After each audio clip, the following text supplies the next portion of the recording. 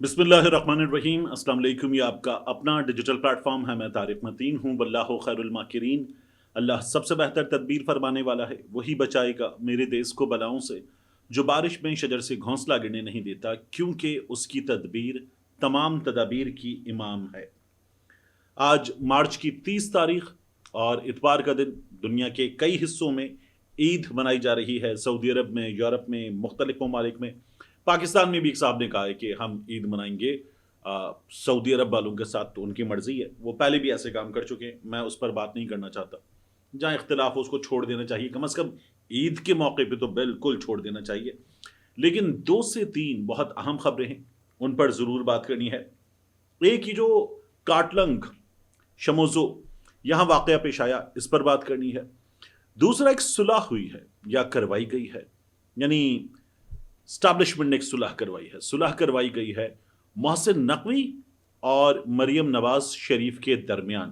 ये हमारे सामने खबर आ रही है और इस सुलह के बाद अब बड़े दावे किए जा रहे हैं, इसकी बात करेंगे।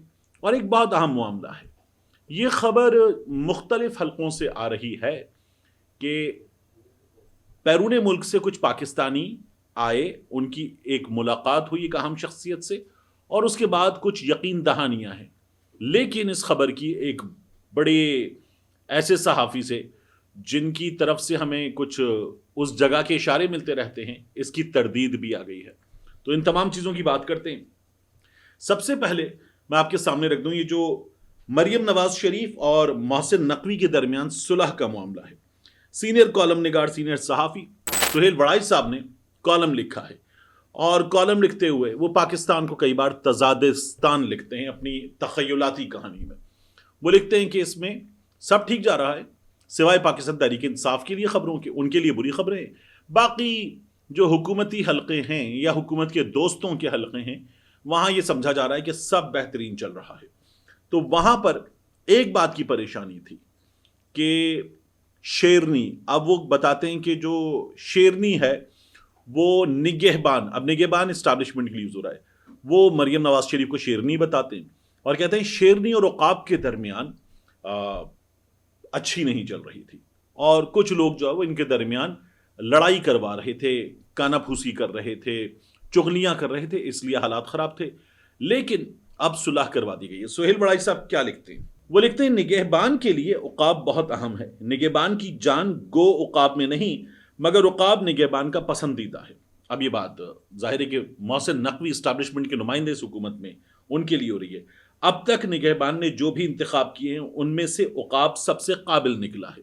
अभी आपको समझ में आ जाएगा मोहसिन नकवी कैसे है।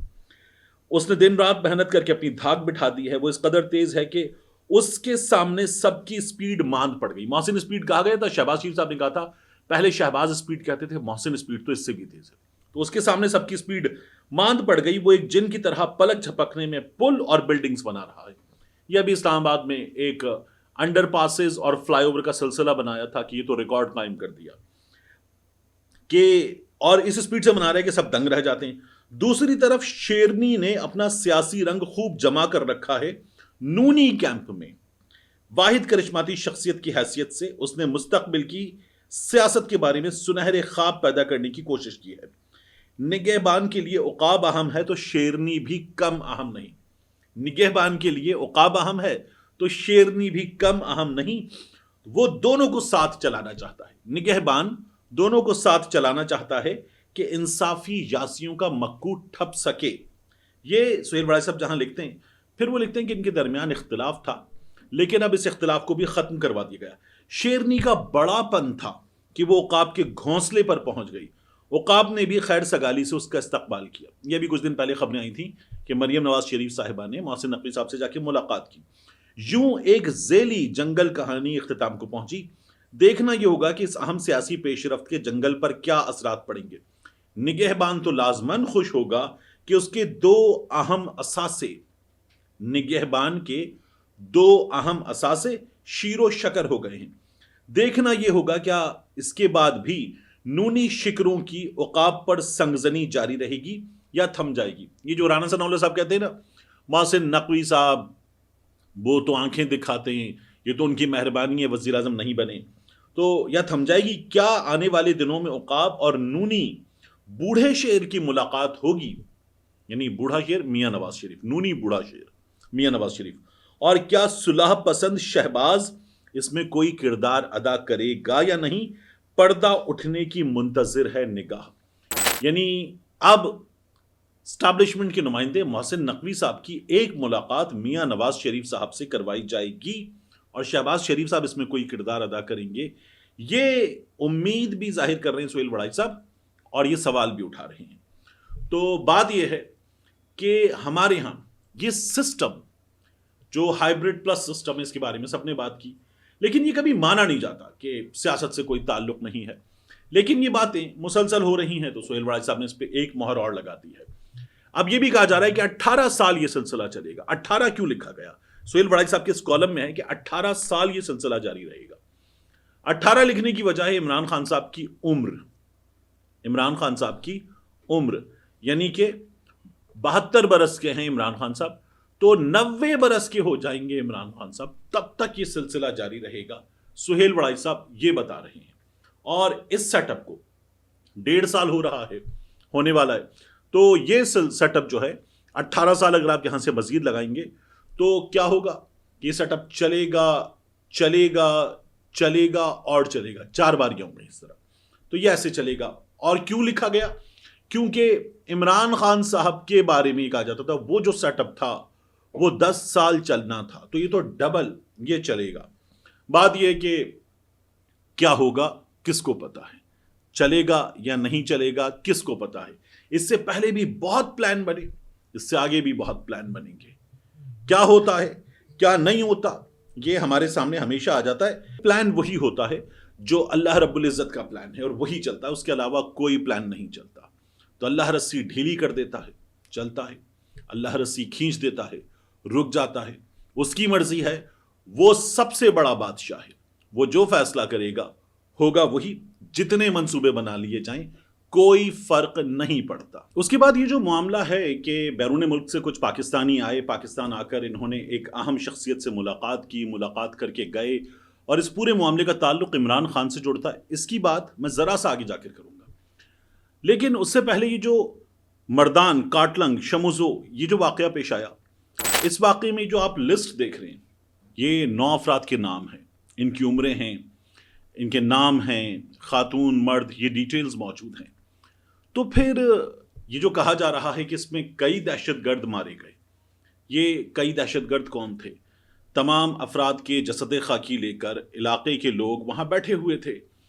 हम देख रहे हैं डॉक्टर अमजद को, वो इसके बारे में बात कर रहे हैं, दीगर लोग बात कर रहे हैं, पाकिस्तान तहरीक इंसाफ के रहनुमा, तो वो ये कह रहे हैं कि यहाँ गलती हुई है और शहरी मारे गए हैं। बैरिस्टर साहब ने भी ये बात की, लेकिन ये कहा कि कई दहशतगर्द मारे गए हैं।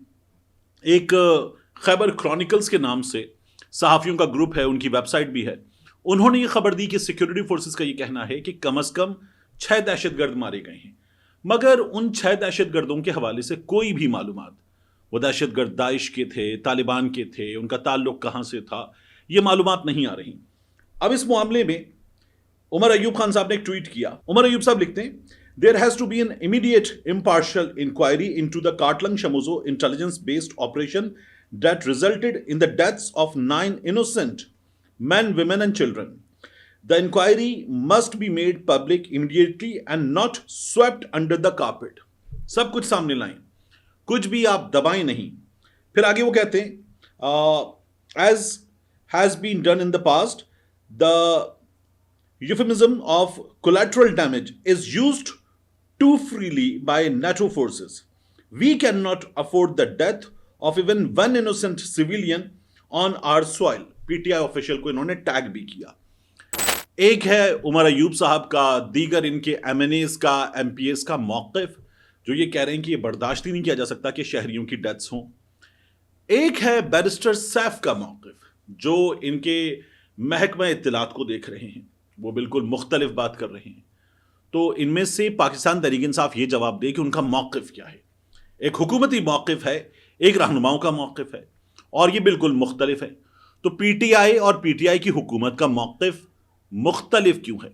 ठीक बात क्या है? पाकिस्तान तहरीक इंसाफ एक बात करे और पाकिस्तान तहरीक इंसाफ वाले अगर ये कह रहे हैं कि दहशतगर्द मारे गए हैं, तो फिर ये जो 9 की लिस्ट है اس کو جسٹیفائی کریں اور معلومات دیں، کیونکہ معلومات نہیں ہوں گی تو وہی بات کہ پھر افواہ جگہ لے گی، ویکیوم رہے گا نہیں۔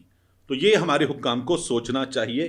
پاکستان تحریک انصاف کے اس معاملے میں ہمیں کلیئرٹی کی بہت ضرورت ہے، پاکستان تحریک انصاف کے پوائنٹ آف ویو سے، کیونکہ یہ جو بیرسٹر سیف صاحب ہیں، یہ بھی کہا تھا نا، یہ اسٹیبلشمنٹ کے نمائندے، یہ ہیں کیوں؟ یہ کیوں ہیں؟ یہ جواب پاکستان تحریک انصاف دے کہ بیرسٹر صاحب جو ہمیشہ ایسا موقف دے دیتے ہیں کہ پاکستان تحریک انصاف کو، عمران خان کے سپورٹرز کو، عمران خان کی جماعت کے M N As M P As کو شرمندہ ہونا پڑتا ہے، وہ بیرسٹر صاحب مسلسل چپکے ہوئے موجود کیوں ہیں؟ اس سوال کا جواب ہمارے سامنے پاکستان تحریک انصاف کی طرف سے آنا چاہیے، یہ بہت ضروری ہے۔ خیبر پختونخوا حکومت، گنڈا پور صاحب اس بات کا جواب دیں کہ یہ کیسے کیا جا سکتا ہے۔ آخری چیز، ہمارے ہاں ایک دعویٰ کیا جا رہا ہے کہ بیرون ملک سے کچھ پاکستان بلوائے گئے، ان کی ایک اہم شخصیت سے ملاقات کروائی گئی، یہ ملاقات اس مہینے کے وسط میں ہوئی۔ یہ دعویٰ بیرون ملک مقیم کچھ صحافی اور تجزیہ کار یہ دعویٰ کر رہے ہیں، اور یہ دعویٰ اس سے پہلے پاکستان میں کچھ صحافیوں نے بھی کیا تھا۔ وہ لوگ آئے پاکستان، آ کر مل کر گئے، اور ان کو یہ کہا گیا کہ پاکستان سے باہر اوورسیز پاکستانیوں کے موقف میں کچھ نرمی چاہیے، اور کچھ چیزیں ہیں جو آپ کو کرنی ہیں، بیہیویئر میں کچھ چینج آنا چاہیے۔